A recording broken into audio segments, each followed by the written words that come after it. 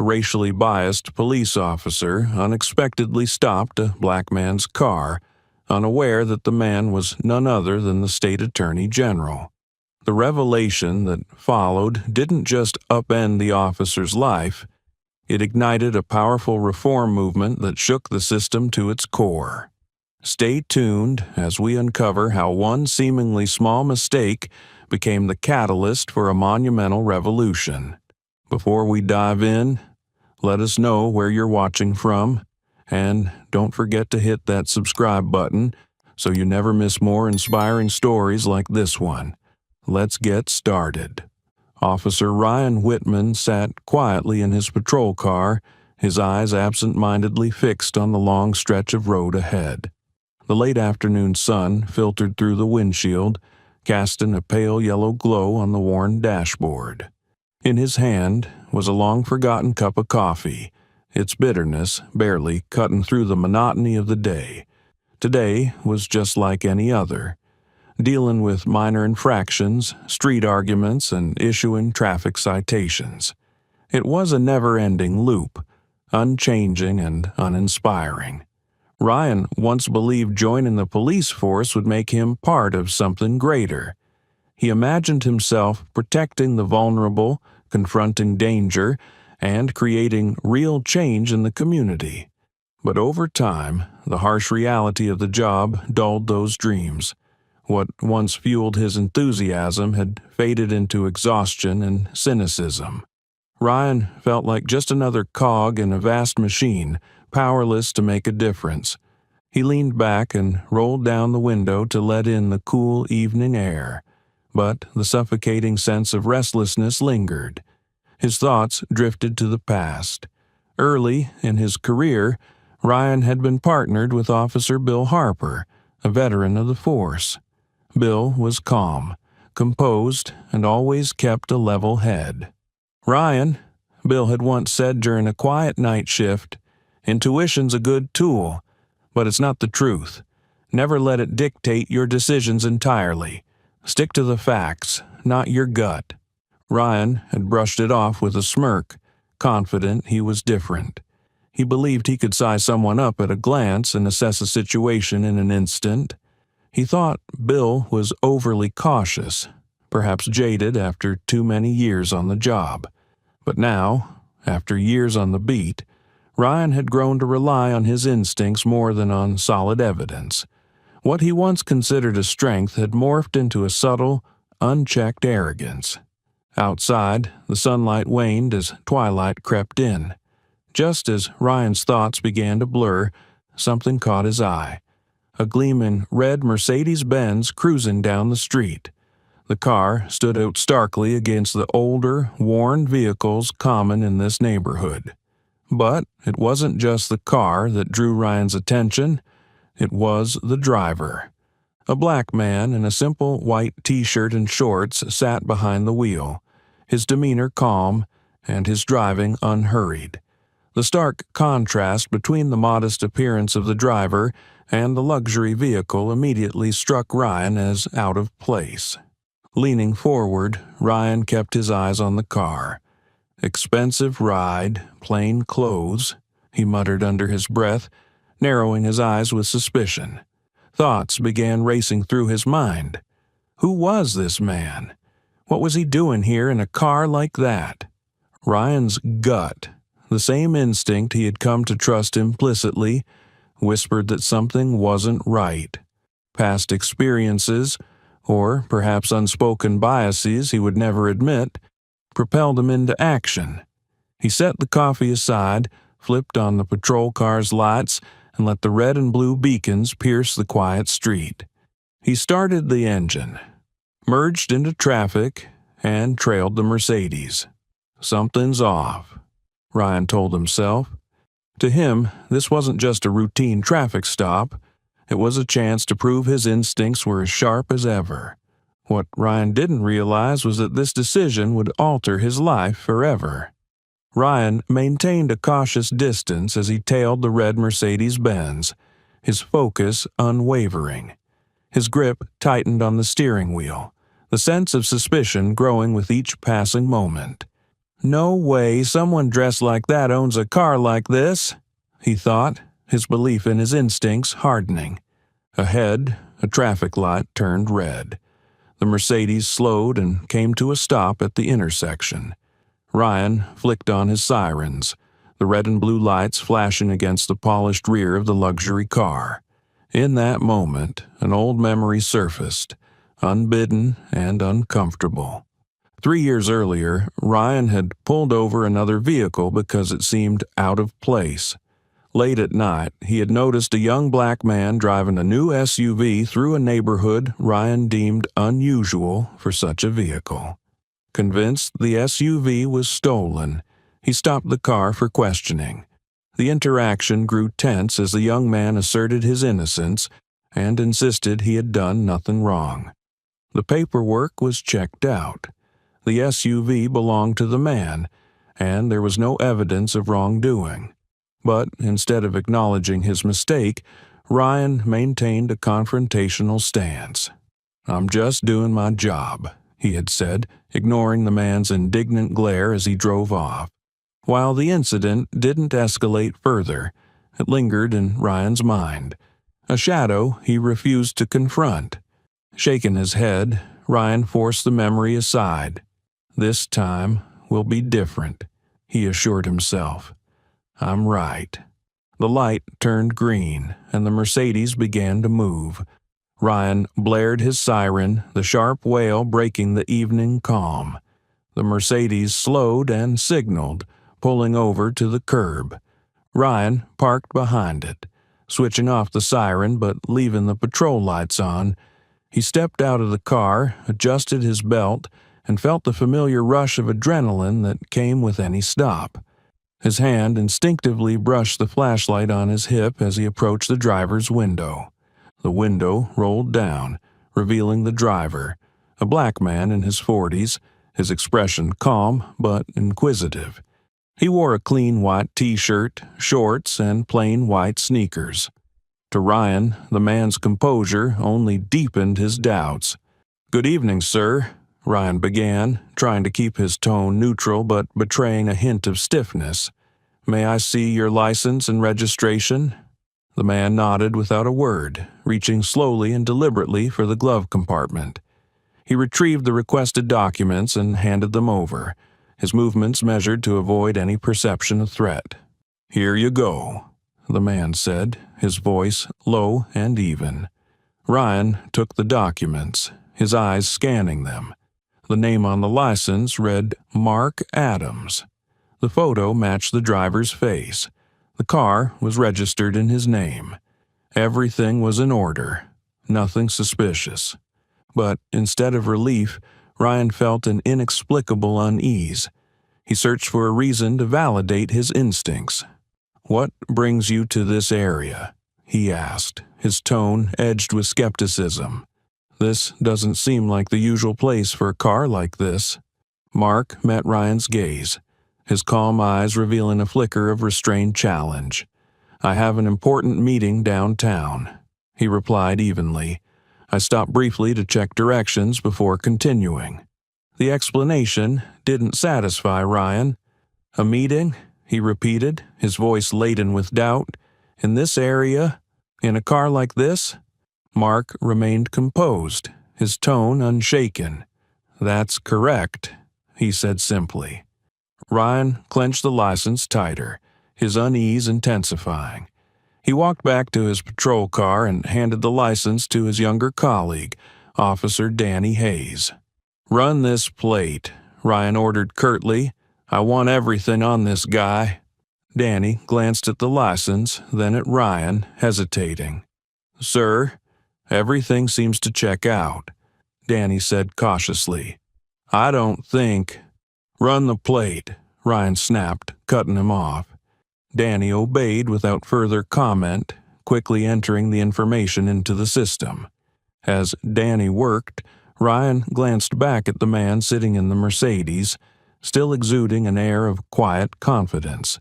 Deep down, Ryan knew he had no legitimate cause for this stop, but he couldn't shake the feeling that he was right, and this time his instincts would be vindicated. Ryan leaned against the door of his patrol car, his eyes fixed on the Mercedes-Benz parked by the curb. That vague sense that something was off still lingered in his mind. When Danny informed him that the license plate was clean and all the information checked out, Ryan's frustration only grew. Nothing was incriminating, yet his gut insisted there was more beneath the surface. "Step out of the car," Ryan ordered, approaching Mark's window. His voice was firm, leaving no room for argument. Mark looked at Ryan for a moment, his eyes betraying a hint of surprise at the demand. But instead of protesting, he gave a small nod. He unbuckled his seatbelt, opened the door, and stepped out in slow, deliberate movements. Standing upright, he tilted his head slightly, observing Ryan with a calm but composed demeanor, showing no fear or nervousness. "Raise your hands in front of you," Ryan continued, his eyes never leaving Mark. Mark complied, raising his hands to chest level. Ryan moved closer and began a brisk pat-down. His movements were firm, bordering on rough, but Mark remained composed. It was clear he understood that any reaction could easily be misinterpreted. There was nothing suspicious. No weapons, no dangerous items. Ryan felt more irritated than relieved. He stepped back, scanning Mark from head to toe, as though searching for some flaw or inconsistency. "What are you doing here?" Ryan demanded, his tone sharp. "This isn't exactly a place where you'd expect to see a car like this." Mark raised an eyebrow slightly but maintained his steady tone. "As I mentioned, I'm on my way to a meeting downtown," he said. Ryan let out a dismissive laugh, his expression full of skepticism. "A meeting? In this area? Driving a car like this?" Mark didn't flinch. "I didn't realize owning a nice car or attending a meeting was grounds for suspicion," he said, his voice calm but pointed. Mark's composure didn't soothe Ryan. It agitated him further. To Ryan, the calmness felt like a subtle challenge. He bit his lip, trying to suppress the growing sense of losing control. At that moment, a passerby stopped across the street, a young woman in her 30s holding up her phone and beginning to record the encounter. Mark noticed her presence immediately, a flicker of relief crossing his face. Having a witness brought him a small measure of reassurance. Ryan also noticed the woman and immediately felt annoyed. "Nothing to see here, ma'am," he called out loudly, his tone carrying a hint of irritation. But the woman didn't leave. Instead, she moved a few steps closer, standing at a safe distance while continuing to film. Mark glanced at Ryan, his gaze calm yet firm. "It seems I'm not the only one who thinks this is going too far," he said, his voice steady and low. The comment made Ryan pause briefly. He knew Mark was referring to the woman's presence.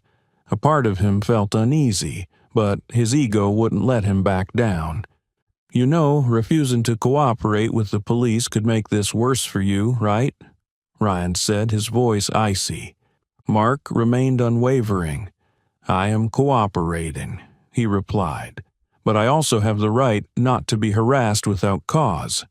The response felt like a challenge, and Ryan's frustration grew. He turned to glare at the woman with the phone, his expression cold. "I said, there's nothing to see here," he called out more forcefully, trying to assert his authority. The woman didn't respond, keeping her phone steady as she filmed. Mark glanced at her again, this time with a look of quiet gratitude mixed with determination. "I don't believe you have a legitimate reason to detain me," Mark said, his voice now calm but commanding. Ryan felt cornered. He had no concrete reason to hold Mark, but stopping now would feel like admitting he was wrong. Unease bubbled inside him, but it was overshadowed by his ego and blind faith in his instincts. "I'll decide when this is over," Ryan snapped, his voice firm. His eyes stayed locked on Mark, but deep down, he knew he was treading on dangerous ground. This confrontation was no longer just about him and Mark. It was about Ryan's struggle with his hubris. Ryan stood face to face with Mark, his hand gripping the flashlight on his belt as though it would reinforce his control over the situation. Even though he hadn't found any evidence of wrongdoing, the gnawing discomfort in his mind refused to subside. Leaning slightly forward, Ryan's scrutinizing gaze bore into Mark, as if trying to force a crack in his composure. "You're hiding something, aren't you?" Ryan asked, his voice low and accusatory. Mark raised an eyebrow slightly, his expression still calm. "I have nothing to hide, officer," he said, his voice steady and measured. "I've provided my valid documentation and cooperated fully." Mark's response only added to Ryan's irritation. Turning toward Danny, who stood near the patrol car with a hesitant expression, Ryan barked, "Danny, get over here." Danny approached, holding a small tablet, his unease visible in his posture. "Yes, officer?" he asked cautiously. "Watch him closely. Pay attention to every movement. We need to make sure he's not hiding anything," Ryan commanded, his tone leaving no room for argument. Danny nodded, but hesitated briefly, glancing at Mark. He knew everything was in order: papers, license, registration, and he sensed no threat from the man. Yet he remained silent, fearing any objection might provoke Ryan. Meanwhile, the woman recording the incident moved a little closer. The sound of her footsteps echoed softly on the pavement, and her phone's lens now captured every word and action. Mark's eyes flicked briefly toward her, a silent acknowledgement of her presence. He knew her being there was a critical layer of protection, a witness to whatever might unfold. Ryan, noticing the phone's unyielding focus, turned to her, his face darkening with annoyance. "I told you, there's nothing to see here," he shouted, his frustration rising. The woman didn't reply, keeping her phone steady. Her determined expression made it clear she wouldn't be intimidated. Turning back to Mark, Ryan's irritation morphed into outright stubbornness. "Give me your car keys," he demanded. Mark locked eyes with Ryan, his calm demeanor unbroken. "For what reason?" he asked, his voice level but firm. "To search the vehicle," Ryan shot back, as though the question itself was an insult. Mark hesitated momentarily before slowly pulling the keys from his pocket and handing them to Ryan. His movements remained composed, though a flicker of exasperation was evident in his eyes. Ryan grabbed the keys and moved toward the Mercedes, opening the door and beginning a thorough search. Danny stood nearby, his gaze shifting uneasily between Ryan and Mark. Danny wanted to say something but stayed silent, gripping the tablet tightly as though it might shield him from the tension. The woman continued filming quietly, her camera tracking Ryan's every move. The sound of objects being moved and searched filled the air as Ryan combed through the front seats, the glove compartment, and even the trunk. "Nothing," Ryan muttered after a while, but the frustration in his tone was unmistakable. Returning to face Mark, Ryan's expression was still laced with suspicion. "This doesn't mean I'm wrong," he said defensively. Mark crossed his arms, his gaze unyielding. "It doesn't mean you're right either, officer," he replied firmly. Danny inhaled sharply, his grip on the tablet tightening. He could feel the tension thickening.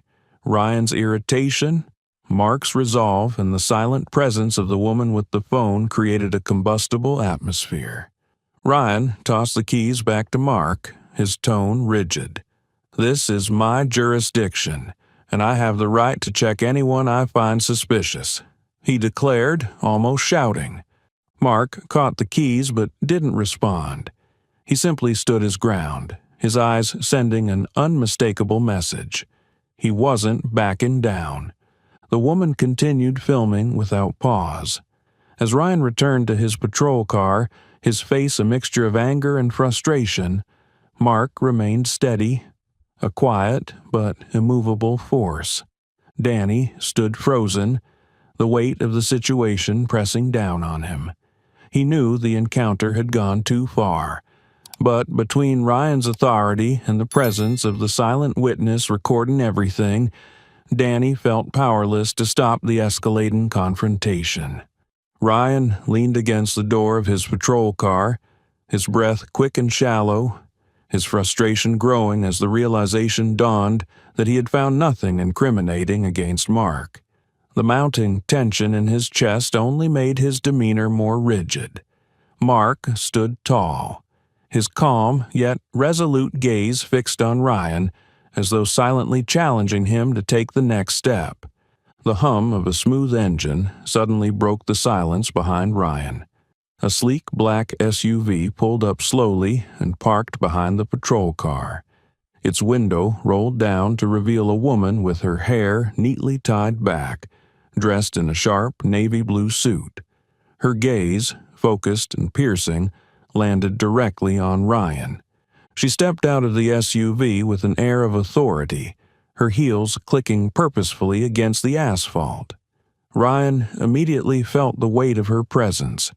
She didn't need to introduce herself. The sheer intensity in her demeanor spoke volumes. This was not an ordinary bystander. "What's going on here?" the woman asked, her voice low and commanding, like a directive rather than a question. Ryan straightened his posture, attempting to compose himself. "Just a routine traffic stop, ma'am," he replied, his tone slightly strained. The woman didn't respond immediately. Instead, she turned her attention to Mark.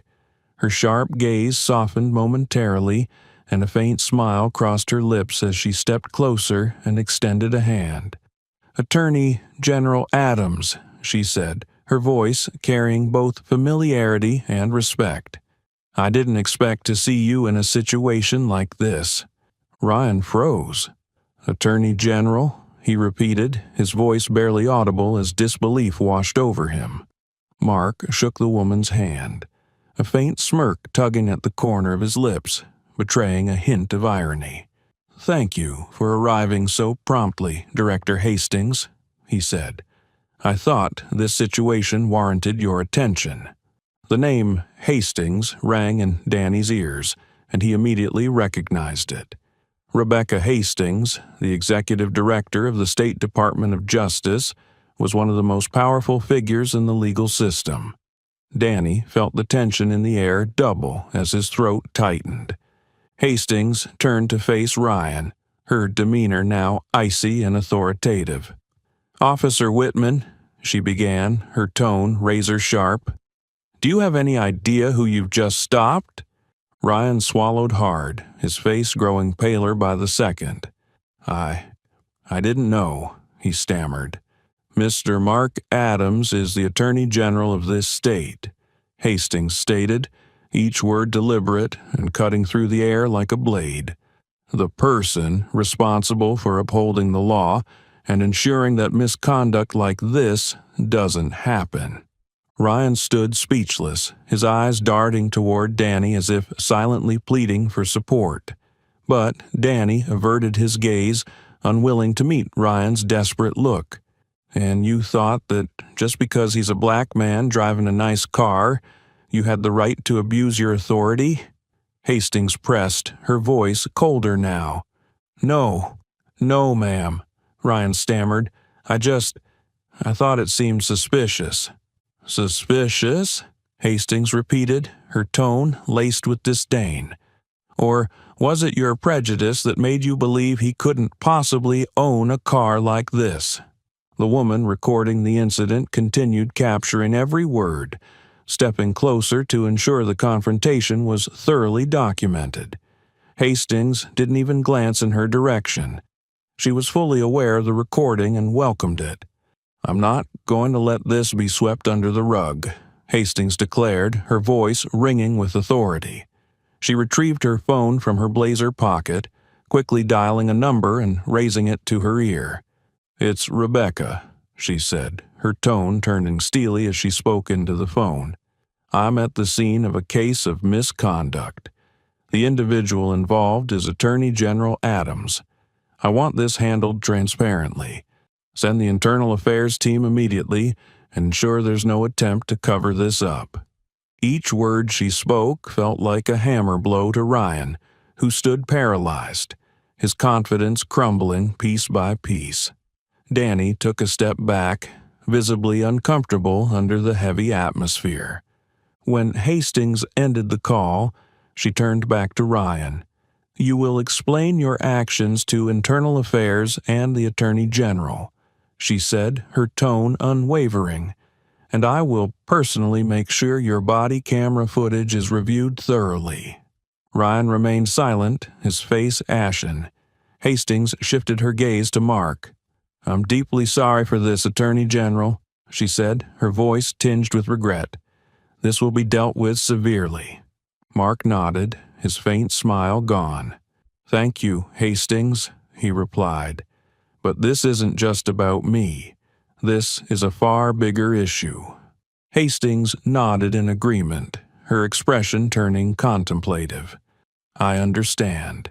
And we won't stop here." As Mark walked back toward his Mercedes, Hastings lingered, her gaze still fixed on Ryan, whose confidence had entirely evaporated. A voice inside him whispered that this would not end well for him. Ryan felt rooted to the spot, the weight of Hastings' words pressing down on him like a crushing force. Each syllable had stripped away the layers of his complacency, revealing the uncomfortable truths he had long avoided: his arrogance, his bias, and his misguided belief in his infallibility. Nearby, Danny stood silently, his inner conflict evident in his downcast eyes. He had never seen Ryan look so shaken, but more troublingly, he began to question his role in a system that enabled such actions. Hastings wasn't done. Stepping closer, she fixed Ryan with a gaze as sharp as a blade. "Officer Whitman," she said, her voice cutting through the tense air, "do you truly believe this kind of behavior will go unpunished? Do you think that wearing a badge gives you the right to act on prejudice without consequence?" Ryan opened his mouth, but the intensity of her glare silenced him before he could speak. "I've reviewed your record, Whitman," Hastings continued, not giving him a moment to recover. "This isn't the first time you've been accused of misconduct. But this time, it's not just your career on the line. You're tarnishing the integrity of the entire system you swore to uphold." Ryan stammered, his voice barely audible. I was just doing my job. I felt something was off, and I acted on my instincts." Hastings let out a cold laugh. "Your instincts?" she said. "You call prejudice instinct? Let's be clear, officer. Mr. Adams provided all the necessary documentation, cooperated fully, and showed no signs of suspicious behavior. The only thing that made you suspicious was his skin color and the car he was driving. That's not instinct. That's discrimination." Danny shifted uncomfortably, his hands gripping his tablet tightly. He had always respected Ryan's decisiveness, but now that image was crumbling. Hastings was right, and Danny knew it, yet fear of retaliation kept him silent. The stigma of being labeled disloyal to his team loomed large, paralyzing him. Danny is feeling torn between loyalty to his colleagues and his responsibility to justice. If you were in Danny's position, what would you do? Would you speak up for the truth or remain silent? Share your thoughts in the comments below. Hastings noticed Danny's unease. She approached him, her tone softening slightly but still firm.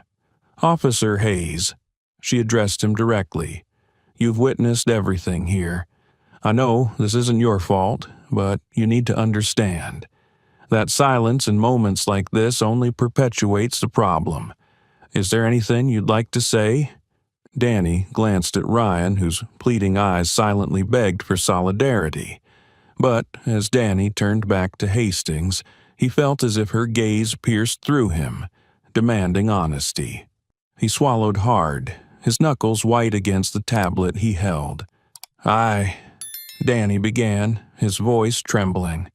I think, maybe, this has gone too far. Ryan turned to him sharply, his expression a mix of disappointment and anger. Too far, Ryan said, his voice hard. Whose side are you on, Danny? Hastings raised a hand, silencing Ryan. Don't pressure him, Whitman, she said. He's young. He still has a chance to correct his path. But you've spent your career nurturing your biases and abusing your authority. Don't drag others down with you. Danny lowered his head, the weight of his silence heavy on his shoulders. He said nothing further, but his silence spoke volumes. Hastings turned back to Ryan, her icy gaze unwavering. Do you realize that your actions today don't just jeopardize your career? They erode public trust in the justice system we're here to protect. That cannot be tolerated, and I will make sure you're held accountable. Ryan stood there, feeling as though the ground beneath him was crumbling. He wanted to defend himself, to explain, but Hastings's relentless words left no room for excuses. The helplessness and regret began to sink in, but it was too late. Hastings stepped back, her gaze shifting between Ryan and Danny. Your body camera footage will tell the full story, she said, and I will see to it that justice is served. Mark, who had remained silent throughout, stepped forward. His calm eyes carried both resolve and strength. I'm not here to play the victim, he said, his voice steady. But what happened today needs to be remembered because this isn't just about me. This is about countless others who don't have the power to defend themselves. Hastings nodded, her expression softening slightly as she addressed Mark. And we won't let this be forgotten, she replied. Ryan stood motionless, feeling as though his entire world was crumbling around him. Danny stole one last glance at Ryan, torn between loyalty and a growing sense of moral duty. His silence, for now, remained his only response, but the weight of the truth pressed heavily on his conscience. The following day, the video recorded by the bystander and footage from Ryan's body camera began circulating widely on social media. Clear images of the confrontation between Ryan and Attorney General Mark Adams, coupled with the decisive intervention by Director Hastings, quickly captured public attention. The video, showcasing Ryan's authoritarian tone, Mark's composed demeanor, and Hastings' commanding presence, became the centerpiece of heated discussions across various platforms. Hashtags like Justice for All and Stop Profiling spread like wildfire. Public outrage erupted, with comments condemning not just Ryan's actions but also the systemic issues that allowed such behavior to persist. Within hours, the videos and accompanying articles garnered millions of views and shares. In Montgomery, where the incident occurred, crowds began to gather outside the local police station, carrying signs and chanting slogans demanding justice. The protests soon escalated, not only calling for Ryan's accountability, but also pushing for broader reform of the judicial system to prevent similar incidents in the future. Ryan, meanwhile, received a notice of suspension. His badge and gun were temporarily confiscated, and Internal Affairs launched a full investigation into the incident. Reporters swarmed outside his home, bombarding him with questions he couldn't answer. The quiet life Ryan had once known was now a distant memory. Meanwhile, Mark Adams attended a large press conference held in the city center. Standing before hundreds of reporters and flashing cameras, he addressed the nation. What happened yesterday is not just my personal story. It is a glaring example of what thousands of others face every single day. I have power. I have a voice. But not everyone is so fortunate. This is not about me alone. It's about a system that must change, and I promise we will not stop until justice is served." Mark's powerful words resonated deeply, bringing tears to the eyes of many in the audience. Yet it was the stories from witnesses that truly ignited a wave of raw emotion. Rachel Thomas, the bystander who recorded the video, also gave an interview. "I couldn't just stand by and let this happen," she told a local news station. "I've seen too many instances like this in my community. This time, I knew I had to act." Recording that video wasn't about hurting anyone. It was about protecting the truth. Rachel went on to share a personal story. Her father, a black man, had once been stopped by police simply for driving a new car. He was treated like a suspect despite doing nothing wrong. "I saw how much it hurt him," Rachel said, her voice cracking, "and I can't let that keep happening to others." Another witness, an older man who lived near the scene, also came forward to share his experience.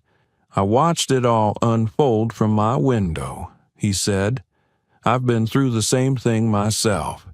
They told me I didn't belong in this neighborhood just because of the color of my skin. I stayed silent for years. But now, I think it's time we all speak up." On television and social media, similar stories poured in. Each account added fuel to a growing movement demanding significant reforms in policing and the justice system. Together, these voices created a blazing call for change. As the public discourse raged on, Ryan sat in his home, staring out the window at the reporters and protesters gathered outside. Each chant and every camera flash felt like a blow to his pride. He knew his career was hanging by a thread. But more than that, he couldn't shake the creeping regret in his heart.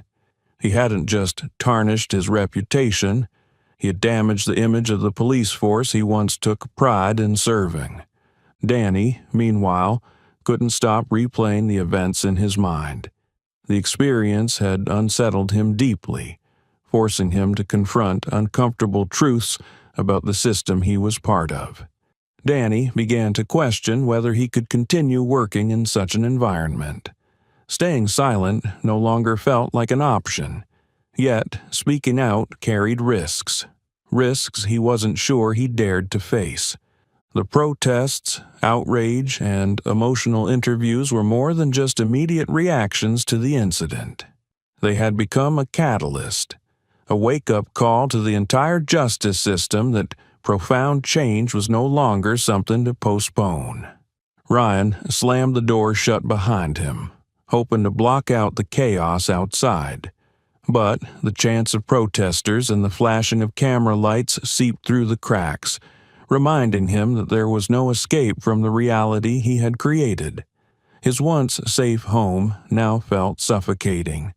He tossed his keys onto the table, exhaled heavily, and walked into the living room only to face the furious glare of his wife, Laura. She stood there, arms crossed, her expression a mixture of disappointment and anger. "Ryan," she began, her voice low but firm, "what have you done? Do you realize this isn't just about you? It affects our whole family." Ryan didn't respond immediately. He knew she was right, but didn't know what to say. Instead, he brushed past her and sank into the couch, burying his face in his hands. "What were you thinking, stopping the Attorney General?" Laura continued, her voice growing sharper. "Did you believe no one would find out? I've seen the video, Ryan. There's no defending that. What were you trying to accomplish?" Ryan looked up, his eyes weary and defeated. "I don't know," he muttered. "At the time, I thought I was doing the right thing. I felt something was off." "Felt?" Laura scoffed, her tone biting. "You felt something? What about evidence, Ryan? What about facts? You let your biases take over, and now look where that's gotten you. You've destroyed everything." Her words cut deep. Ryan dropped his head again, unable to argue. Memories from his early days as a rookie officer resurfaced, replaying in his mind like an old film. He recalled Officer Bill Harper, his mentor, and the advice he had once dismissed as overly cautious. "Ryan," Bill had said, his tone stern, "you're going to see a lot of people, a lot of situations, but never let your instincts turn into a trap. They're not always right. Don't let your biases guide you. Rely on evidence. Rely on truth." Those words now echoed in Ryan's mind like a prophecy he had ignored. He had believed his instincts were infallible, that his experience was enough to judge any situation. Now he realized how wrong he had been. Regret began to take root in his heart. He had not only failed himself, but had also let down his family, his colleagues, and the institution he once proudly served. Yet, alongside the regret, there was anger, not at others, but at himself. The shrill ring of his phone shattered the silence. Ryan glanced at the screen. An unfamiliar number. He didn't answer, but Laura's icy stare bore into him. "That's probably the press," she said. "Or worse, your colleagues wanting to know what you were thinking." Ryan exhaled deeply and retreated to his office, closing the door behind him. He needed space to think, to figure out how to face the consequences. But he knew there was no undoing the damage. Sitting at his old desk, Ryan stared at a family photo on the surface. It was from a weekend trip. He, Laura, and their 2 children, all smiling under the warm sun. The joy in that image now felt like a distant memory. "How did it come to this?" he whispered, but no answer came. He knew regret wouldn't be enough. Yet he lacked the courage to publicly own his mistakes, to face the press, his colleagues, or even himself. He felt like a prisoner of his failures, trapped with no clear way out. Outside, the chants of protesters echoed louder. Phrases like "justice for all" and "end racial profiling" rang clearly through the window. Ryan sat there, listening, each chant landing like a hammer blow to his already broken pride. Faced with everything that had happened, Ryan could only wonder, was there a path to redemption, or was this the price he had to pay for mistakes he couldn't take back? And you? What do you think Ryan should do to make amends? Is there a way for him to right his past wrongs? Share your thoughts in the comments below. As Ryan wrestled with regret and helplessness, Mark Adams stepped onto the stage of a grand auditorium. Hundreds of reporters, activists, and legal officials filled the room, eager to hear the Attorney General address the incident that had shaken the nation. The room fell silent save for the soft clicks of cameras as Mark adjusted the microphone before him. "Thank you all for being here today," Mark began, his voice steady and resonant. "The incident that occurred is not just about me. It is emblematic of a deeper, systemic issue that we can no longer ignore." The audience remained still, every eye fixed on the man standing before them. "As Attorney General, I have the privilege and platform to defend myself," Mark continued. "But what happens when someone doesn't have this position? What happens when it's a person without power, without a voice to protect themselves? How many people have endured the same treatment, but were never heard?" His questions echoed throughout the room, striking a chord with everyone present. Mark took a deep breath, a flicker of weariness crossing his face before determination overtook it. "I am not here to be a victim," he declared. "I am here to ensure that this incident does not fade into obscurity but becomes a catalyst for meaningful change in our system." Applause erupted, but Mark raised a hand to quiet the room. "Before I held this position, I was just another black man navigating a society steeped in prejudice. I've faced skeptical stares, unnecessary questions, and even outright injustice simply because I didn't fit someone's narrow perception of what I was supposed to be. Mark paused, his gaze seeming to drift to a distant memory. The room followed his lead, as though collectively transported to a moment in his past. Years earlier, as a young law student, Mark had been stopped by police while driving his father's old car. Instead of asking for his papers, they bombarded him with prejudiced questions. "Where did you get this car? Are you sure it isn't stolen?" Mark vividly remembered the humiliation of that moment. No matter how calmly he tried to explain, their eyes were filled with suspicion. They searched his car without cause and only begrudgingly let him go when they found nothing. That night, he returned home filled with anger and shame. "That was the first time," Mark said, snapping the audience back to the present. "But it wasn't the last. Those experiences taught me one harsh truth. Sometimes, just because of how you look, you have to work twice as hard to be treated as human." His voice dropped, but his resolve was unshakable. "That's why I went into law. That's why I fight. And that's why I won't stay silent about what happened." Mark looked directly into the reporter's cameras, his words taking on the tone of a rallying cry. "Our system needs change. This is not about one person or one incident. This is about a system that has allowed prejudice to infiltrate its operations. It's time we stop talking about change and start making it happen." The applause swelled again, louder and more impassioned this time. But Mark remained at the podium, locking eyes with the cameras for one final message. "I call on everyone who has ever suffered injustice, everyone who has ever been silenced or overlooked. Stand up. None of us can fix this system alone, but together we can. This is not the fight of one person. It is the fight of us all." As Mark stepped down from the podium, the audience rose to their feet, applause thundering in the room. He left with the determination that this was just the beginning. The incident would not be the end, but a chance to build a better future for everyone. In the days following Mark Adams's press conference, Danny Hayes couldn't stop replaying what he had witnessed.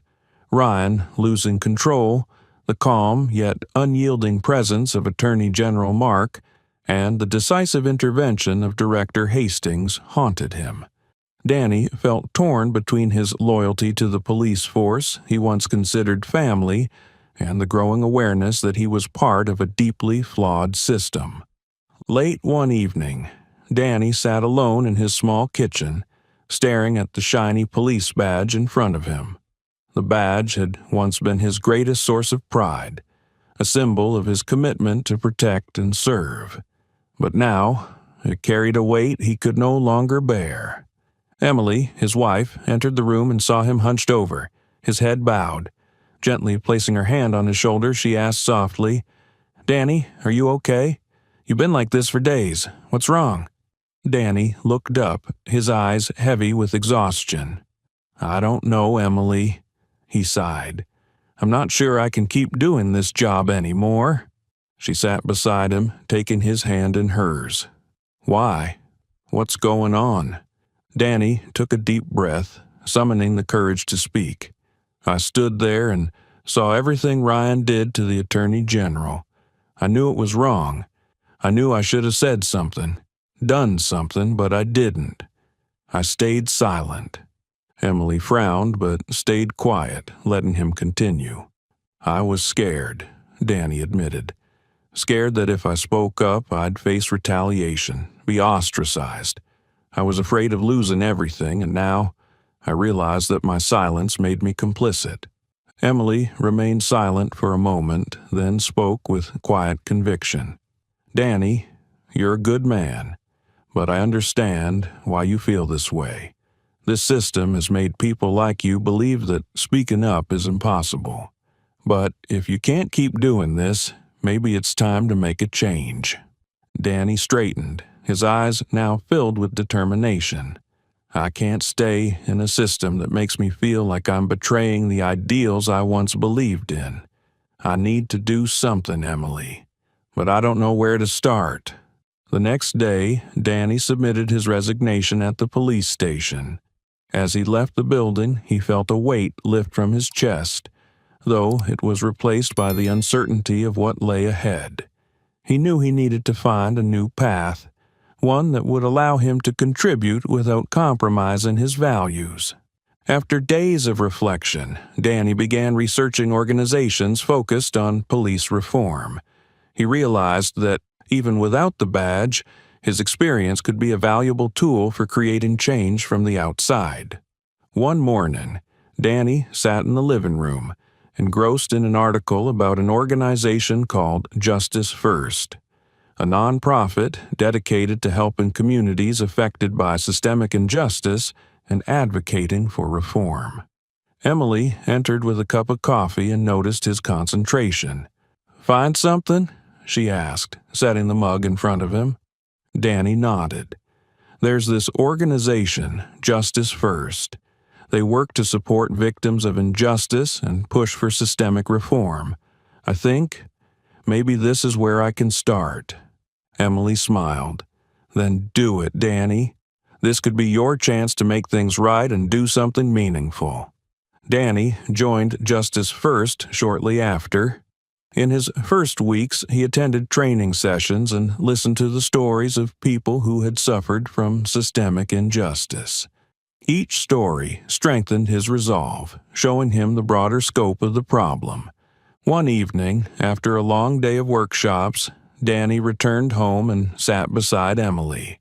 A faint smile played on his lips, his eyes shining with newfound purpose. "Today, I told my story," he said. "I talked about what happened, why I left the force, and why I joined Justice First. And you know what? One of the participants said my story gave them hope. They said if a police officer could acknowledge the need for change, maybe we really can make a difference." Emily squeezed his hand, her smile widening. "You found your path, Danny. I'm so proud of you." Danny felt a profound sense of relief. He was no longer a police officer, but he had discovered a new purpose. He knew the road ahead would be challenging, but he also knew he was working toward a better future. No longer part of the problem, Danny was now part of the solution. While Danny found a new path for himself, Ryan Whitman faced a starkly different reality. The footage from his body camera and the bystander video continued to dominate national headlines. The internal investigation into Ryan was swift and unforgiving. Every piece of evidence, his words, actions, and prejudiced demeanor, worked against him. Ryan was summoned to a final hearing at the police department. Sitting in a small conference room, he faced the Internal Review Board, his superiors, and a representative attorney. Colleagues who had once respected him now regarded him with disappointment, even disdain. "The investigation concludes that your conduct severely violated the code of ethics of this department," his superior said coldly. "Ryan Whitman, you are hereby terminated immediately and deemed ineligible to serve in any law enforcement capacity in the future." Ryan hung his head, the weight of guilt crushing his shoulders. When the hearing ended, he quietly packed up his desk. The office that once symbolized his pride now felt like an empty shell. A few days later, as Ryan sat in his kitchen typing out job applications he knew would likely go unanswered, an envelope arrived in the mail. The sender was Mark Adams. Hesitant, Ryan opened the envelope, his mind racing with negative thoughts. He assumed it would contain harsh criticism from the man he had wronged. But as he read the opening lines, those fears quickly dissolved. "Ryan," the letter began, the tone calm and forgiving, "I am not writing this letter to condemn you. I understand you are facing severe consequences for your actions, and I hope they provide an opportunity for reflection. I believe people are not inherently bad, but sometimes we are shaped by biases and environments we fail to recognize. Think about why you chose this path in the first place. You once aspired to protect and serve your community.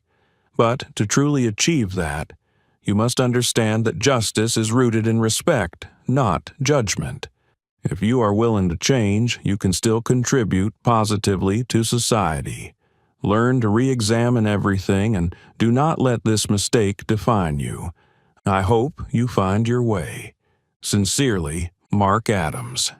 Ryan read the letter over and over again, each word striking a deep chord within him.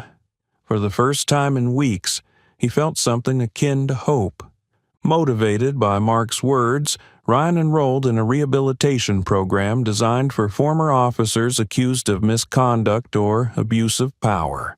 The program emphasized addressing implicit biases and rebuilding trust with the community. During one group discussion, Ryan finally voiced truths he had long avoided. "I let my biases dictate my actions," he admitted, his voice low but steady. "I didn't realize I was hurting the people I was supposed to protect. But now, I understand that justice isn't about judging people based on appearances. It's about ensuring everyone is treated equally." The group listened attentively, a few members nodding and understanding. Ryan felt a weight lift as if the act of speaking his truth had freed him from some of his burdens. After completing the program, Ryan decided to take the next step, offering a public apology to Mark Adams and the community. He contacted a local media outlet and recorded a short video where he acknowledged his mistakes and pledged to do better. In the video, Ryan said, "I want to extend my sincerest apologies to Attorney General Mark Adams and everyone who was hurt by my actions. I behaved wrongly and allowed my biases to cloud my judgment. But starting today, I'm committed to change. I hope my story can serve as a lesson, not just for myself, but for everyone working within this system. We must do better, and I will do everything I can to contribute to positive change in the community." The video quickly gained traction, sparking mixed reactions. Some remained skeptical of Ryan's sincerity, but others praised him for taking accountability. As Ryan left the recording studio, he felt lighter than he had in a long time. His mistakes would always be a part of his story, but he refused to let them define who he was. He understood that change was a long journey, and he was just beginning. But, for the first time, he felt ready to take that journey. Months after the events that captivated the nation, Mark Adams became a national symbol for justice reform and police accountability. As the Attorney General, he tirelessly advocated for anti-discrimination legislation and improved oversight of law enforcement practices. His speeches resonated not only in political circles, but also inspired millions, particularly those from marginalized communities. Mark worked closely with nonprofits, legislators, and social activists to spearhead initiatives, including enhanced police training, addressing unconscious biases, and implementing transparent surveillance technologies in law enforcement interactions. Though these changes were gradual, Mark believed every small step was part of a larger, necessary journey. Meanwhile, Ryan Whitman began rebuilding his life. After completing his rehabilitation program, he dedicated much of his time to educational efforts around bias and critical thinking. He visited schools, small communities, and even police academies to share his story as a cautionary tale. "Don't let your biases guide you," he often said during his talks. "I made mistakes, but I believe mistakes can become opportunities to learn and grow." One day, Mark received an invitation to a community event in Montgomery, a workshop focused on justice reform and fostering understanding between law enforcement and the public. Mark accepted, unaware that Ryan would also be attending as an ally in educational initiatives. When Mark entered the auditorium, he spotted Ryan speaking with a group of young people. Ryan smiled upon seeing Mark, but looked visibly anxious. Mark approached him, his expression calm yet serious. "Good to see you, Attorney General Adams," Ryan said, his voice low and hesitant. "Thank you for coming." Mark nodded, studying the man who had once stood in stark opposition to him. "Good to see you too, Ryan. I've heard you've been doing a lot of good work since we last met." Ryan lowered his head slightly, his voice softening. "I'm trying. I know I can't undo the past, but I hope what I do now can help make amends for my mistakes." Mark paused before speaking, his tone measured and sincere. "I received your apology, and I want you to know I accept it. But," he added, his gaze sharp, "you must remember that this fight isn't over. Reform isn't a one-time event. It's a long journey. You've taken the first step, and I hope you'll keep going." Ryan nodded, his eyes reflecting gratitude. "I will. I promise." Mark smiled, the tension between them finally dissolving. "Good, because we need everyone, even those who've made mistakes, to help build a better future." The workshop was a success, bringing together community leaders, police officers, and citizens. Stories, lessons, and ideas shared during the event inspired all who attended. As the event concluded, Mark stood in the now emptying auditorium, feeling a renewed sense of hope. The fight for justice and equality was far from over, but with every step, no matter how small, the future grew brighter. In another corner of the room, Ryan watched the crowd disperse, his heart filled with determination. His past mistakes would always be part of his story, but they no longer defined him. Now, he was part of the solution, committed to continuing this journey. The battle was not over, but these two men, once standing on opposing sides, were now united in pursuit of a common goal: justice for all. The story of Ryan and Mark isn't just about two individuals. It's a symbol of a larger struggle to build a fair society where justice is free from bias.